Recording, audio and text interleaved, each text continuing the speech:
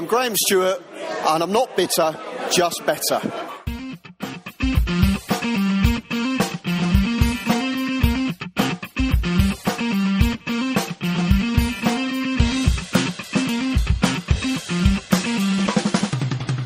Not bitter, just better. The all-new Everton podcast.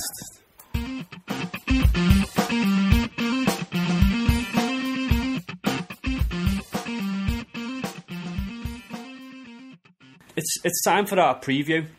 So if you're listening on YouTube, thanks for joining us, YouTubers. Hello, YouTube.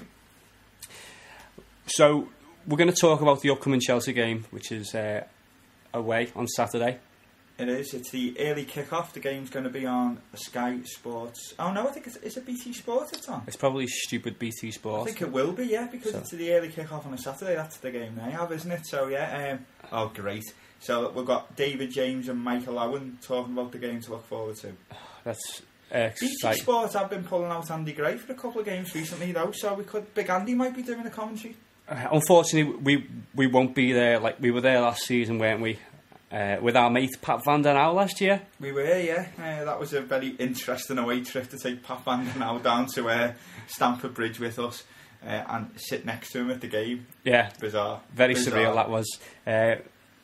And we went down there and we stayed overnight, didn't we? And it was some hotel. Which was also very surreal seeing Evertonians skinny dipping in the hotel pool. No, not recommended. Don't want to go back there. Not recommended, that bit. The rest of it was alright, but that bit and the result wasn't that great, was it? We had a decent night out down there. We didn't go into London itself. Where was it we went? Can you remember? I haven't got a clue. It was somewhere outside, and we ended up going to a disco. We did. A lovely little disco and doing a dance move called the lawnmower. Yeah, Tommy. I don't know whether Tommy still listens because we haven't seen Tommy for a while. But he busted out this move called the lawnmower, which had us all in stitches, and we've been doing it ever since. We do like a bit of the lawnmower now. Yeah, it was. We introduced the Cockneys to it. So anyway, that's enough of our tales of Chelsea. The Chelsea game coming up, as we say, Saturday. We go down to Stamford Bridge with Chelsea sitting top of the league at the moment. 57 points, and they've taken over from ourselves now as the team that's lost the fewest games in the league, only losing 3 this season. Yeah, we've unfortunately let that slip a little bit, and they're going to feel like they owe us one, aren't they? I think they will be, yeah, after the game of Goodison. And with the game of Goodison, a 1-0, and as we mentioned a little bit earlier on, the scorer of that goal, none other than informed striker Super Stevie Naismith. Super Stevie. Who also scored at Stamford Bridge last year when I think it was finished 2-1, didn't it? We got beat last game of the season last year. And again he scored there. Yeah. They're not in the best run of form despite being top, are they, Chelsea? No, we were discussing this off air before, and basically you look at City and they're smashing people out of sight, aren't they? But Chelsea seems to just be grinding results out, which, you know, the best example of this really was when he beat City a couple of weeks ago, grinded out a result and put themselves top of the league. Yeah, so the last game they went out to the Cup to City. The game before that was a draw at West Brom. A big Victor Anichebe doing the business and getting West Brom a point. Yeah, and what I will say about this game is I'm hoping that we can fly under the radar a little bit, because Mourinho seems so involved with talking about Pellegrini and Wenger and so many of these other teams and managers that we might just fly under there, mightn't we, and be able to nick one. I think Mourinho's a lot more switched on than to underestimate Everton. It's going to be smart that we beat them earlier on in the season. He's always had a good word to say about Everton as well. He knows what we're capable of. He knows we're a proper football club, so I don't think they'll underestimate us at the weekend. The only upshot to that is obviously Champions League's back in full swing now. They're not playing this week. They're on their second rotation, so they play next Wednesday, and they've got playing Galatasaray, so the return of Didier Drogba. Yeah, so that's a big game. I don't think it will affect their team lineup because we're having the early kick-off and also being the Wednesday game. There's quite a bit of time there for them to recuperate, isn't it? And you know, they've got a good squad there where they can rotate 3 or 4 players and probably not make too much of an impact. I think we'll probably see Torres start against us.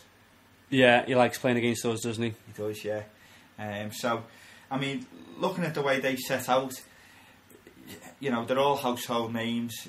You've got the striker position's probably the weakest position for them. And you just look at them. You talk about the weakest part, and he's still got Eto'o, Demba and Torres.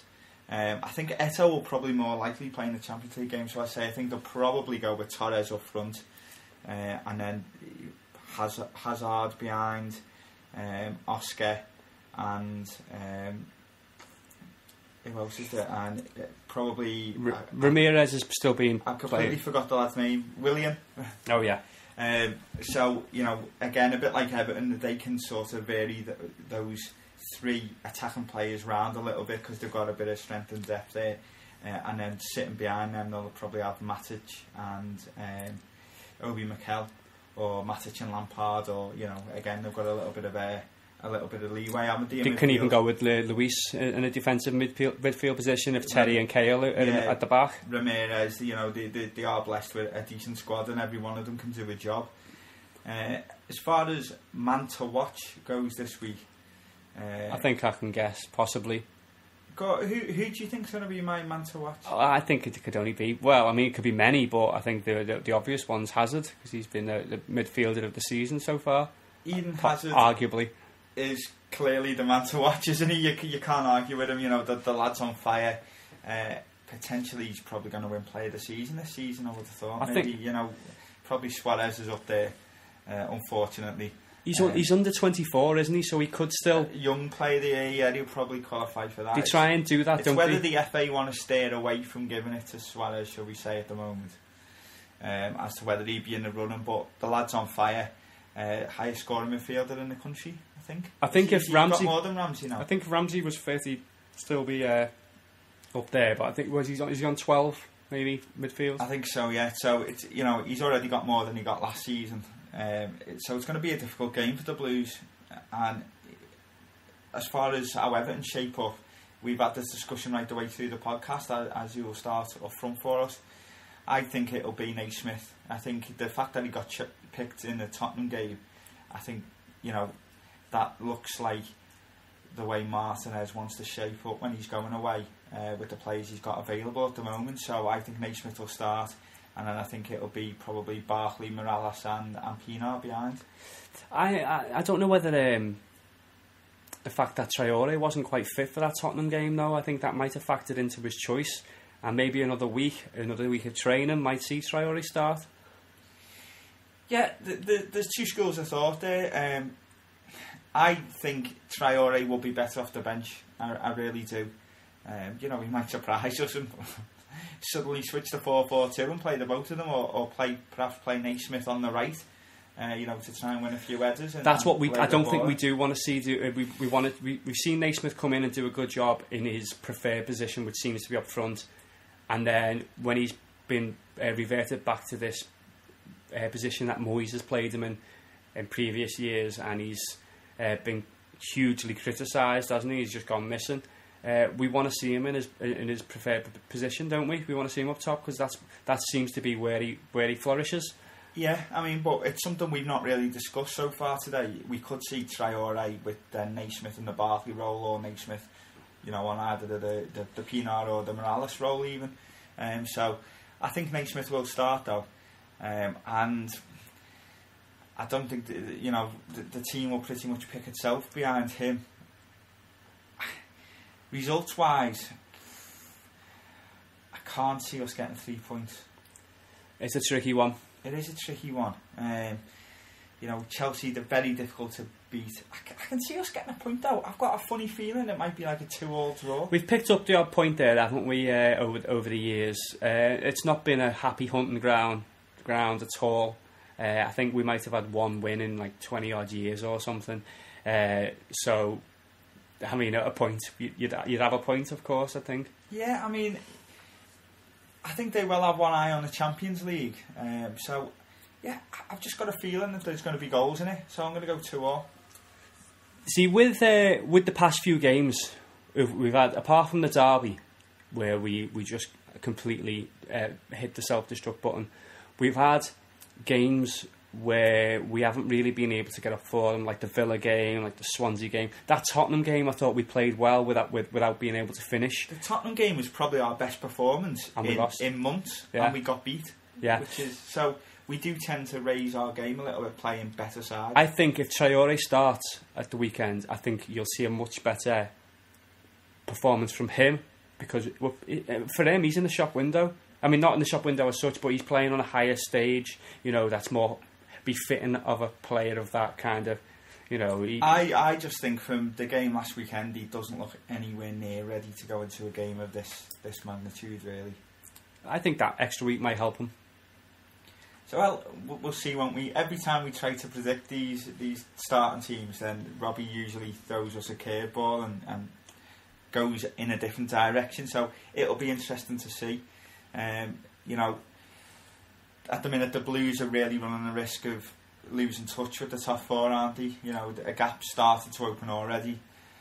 So we do need to be picking up points. And, you know, Chelsea away isn't the easiest place to go and pick up points, but every single point will help. So I'd be more than happy with a draw. I think I'd take the draw now if it was offered. We just need to get that battling back in, like I've said the past few weeks. Just keep on battling. Don't fall apart like we did against Liverpool. You know, we have short memories, don't we? It's very easy to sort of forget the away performances against Man United and against Arsenal earlier in the season. If we can play like that, by all means, we can take 3 points. Now, if we can bring out a performance to that level, then, you know, we can compete with anyone on the day. But we just haven't looked like showing that form again in probably a couple of months now. Well, we need to kick on sometime if we're going to do it. I'm hoping it's going to be on Saturday. And from there on, we've got other players coming back to full fitness. We've got Delafeu, who's had another couple of minutes at the weekend. So it's as good a place as any to start, isn't it? Here's hoping. So, yeah, look forward to the game. I say, as we mentioned, we're not going down there due to work commitments and whatever else. So we'll have to put up with the inane coverage on BT Sport. And hopefully we'll have a bit of good news when we're doing the podcast next week. Yep. That pretty much wraps us up for today's show. As always, I'd like to thank everyone for tuning in, so to speak. Not that you've sat there with a wireless radio trying to find us. Just going past Talk Sport or something and just there trying to see one day. Yeah, I doubt it. Yeah.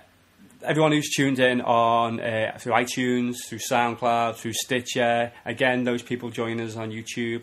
Every little listen helps. But was this a Tesco advert or something now? Every listen helps. Every listen helps. I like it. But what we'd like you to do, if you do, you know, we do have quite a few subscribers. Just mention it to one of your Everton mates, and then get them to mention it to one of theirs. If everybody tells one and then they tell one, we'll be taking over the world. Yeah. But thanks for everyone who does tune in so far, and thanks for everyone who's liked us on Facebook and follows on Twitter. We're well over 2,000 on Twitter now as well.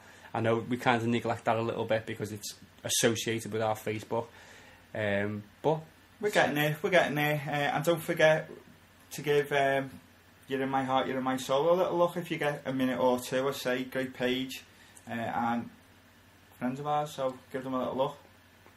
Yeah, that's all from me today. I haven't got anything else. I'm done. I'm going to go and start learning.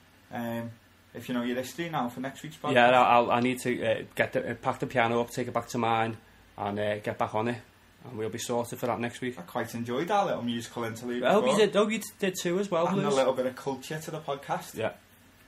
Catch you all next week. Hopefully after another Everton 3 points. Come on, you Blues.